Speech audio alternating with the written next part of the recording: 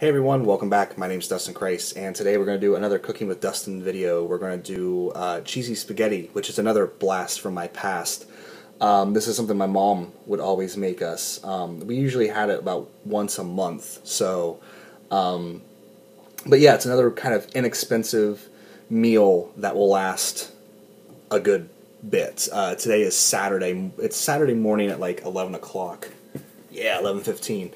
And I'm going to go ahead and make this now, and I'll probably be eating it all weekend as I play Shin Megami Tensei 4 and finish that up. But yeah, pretty inexpensive for the amount of food that you get. Let's go ahead and go into the ingredients. What you're going to need is a box of spaghetti.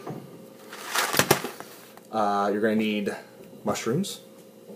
You're going to need some kind of spaghetti sauce. I just chose mushroom sauce because I like mushrooms. You're going to need a red onion, or whatever kind of onion you want. You will need roughly 1.5 pounds of ground beef, or whatever meat you want to put into it. I like ground beef, so we're going to use that. This is 1.39 pounds, so it's close to 1.5 pounds.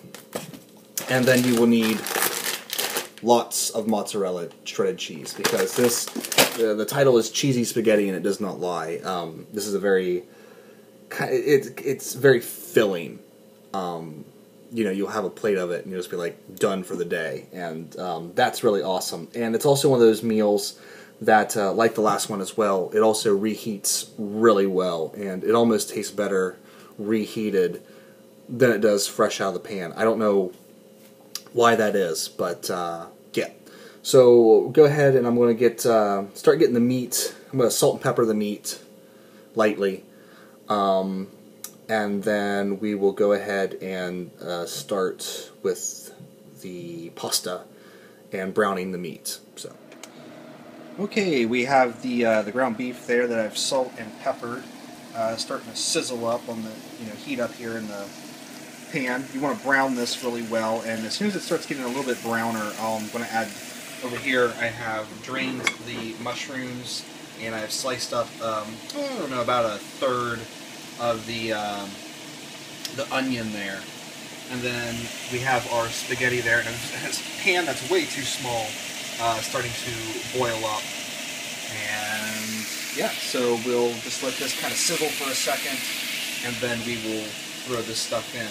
And I wanted to point out, this is kind of funny, because I'm sitting here on YouTube listening to these two chuckleheads make something that's remarkably similar to what I'm making, although they're using ramen and cheese sticks and trying to make a sort of a cheap, fun meal. So if you want to see an even cheaper way of making something like this, definitely check out Metal Jesus Rock's Ramen Lasagna. So, alright, this stuff is starting to sizzle up, so I'm going to let it kind of cook a little bit more, and then we will throw in our other ingredients. Alright, as you can see here, the meat and the onions and the mushrooms are nice and browned up there.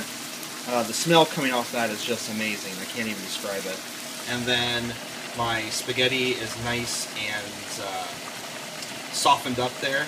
So what we're going to do is one of those special effects, too expensive to show on camera. I'm going to dump each one of these individually into this little strainer, and for this, get all the grease and all that nasty stuff off there, and get all the water out of that. And then we're going to come over here and we're going to throw it into this pan and cover it with that stuff.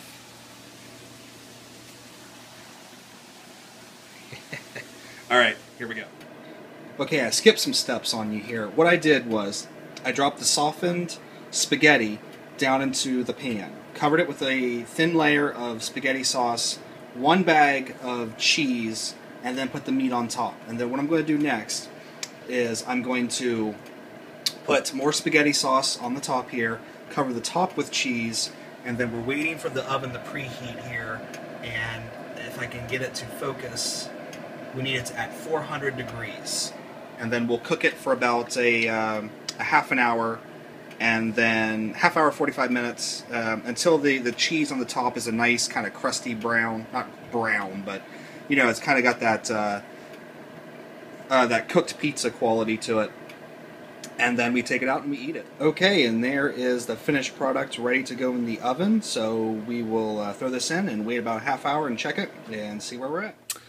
Okay guys, there it is, the finished product. As you can see here, the cheese did get a little brown and crusty, but don't be afraid of that because it actually does have a really wonderful flavor. Burnt cheese, I don't know why, there's a good flavor to it.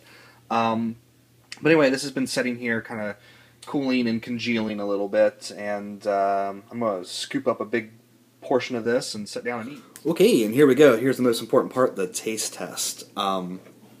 Got myself a nice big plate there. Of course, when it comes out of the pan, it's going to look like just mush because it all kind of falls apart. One thing you can do that I didn't think about, you can break the spaghetti up or cut it up after you drain it because it is a little hard getting out of the pan when all that spaghetti is together. So anyway, let's go ahead and get a big bite here off the top. Still steaming, which it's been sitting there for about 20 minutes. So it does hold its heat very well.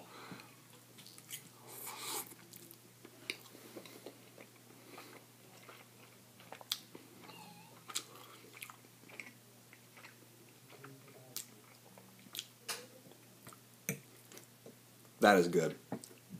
I'm really happy I made this today. Very, very cheesy. If you don't like cheese, yeah, you might not like this one. Also very mushroomy because I use a lot of mushrooms and mushroom sauce, like the mushroom. What am I looking for? Spaghetti sauce.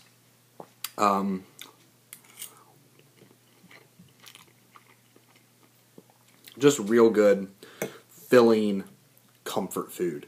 And let me think about this. I think you can get all the ingredients. Maybe about $20. No more than that, all said and done.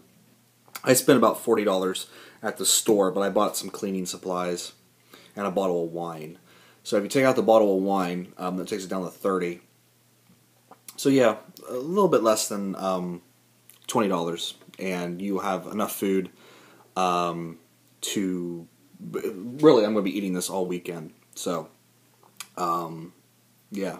You'll definitely get a lot of days worth out of it. But I'm going to shut this off.